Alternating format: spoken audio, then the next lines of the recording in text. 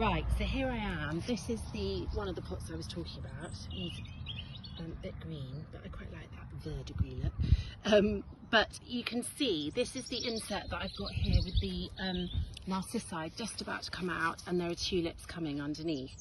And these narcissi and tulips have been, you know, outside all winter long. They're perennial, they come back.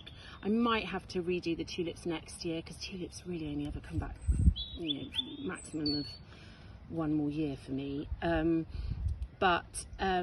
You know, it's really simple. You just leave them in these pots all winter and then bring them out again when they start to shoot up again.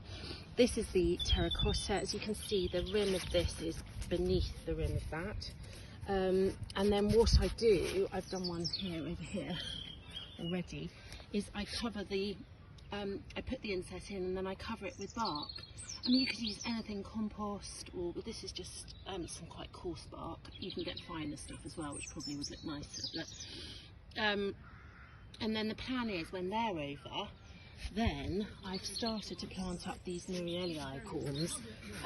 They're the gorgeous, they're called, well, they're called a peacock orchid actually, and they smell amazing. They're really good as cut flowers as well, and they're really quite tall. They grow to about 8 centimetres high. You want to plant them in quite deeply in some coarse, some grit mixed with compost. Cover that over. I'll sort of literally just pour this on the top now. Cover them up, and a bit higher than that, and then I'll have these waiting in the wings to put in there instead when those have gone over. And the Acidanthera can be left. You don't want to leave them outside over winter like the narcissi and tulips. You want to bring them into a sort of cold shed or something, because they're a little bit tender and they might rot if they don't like cold and wet. So I would always bring them inside, but then again, you know, bring them out around now and they'll start shooting up again. So they're perennial, and that's what's so nice. And the lilies will be the same, the lily rubrum lucida, which I talked about.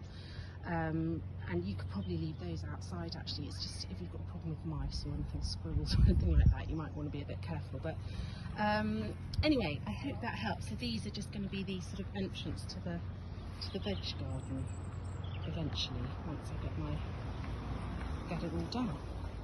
Well, I hope that helps and give you a few tips. But I think it's just a really nice way of having that succession without having to put, you know, waste loads of compost in these pots every time, because they're really heavy as well if you fill them right to the top with compost, and it's just makes less work for you. Anyway, speak to you later. Have a good day. Bye.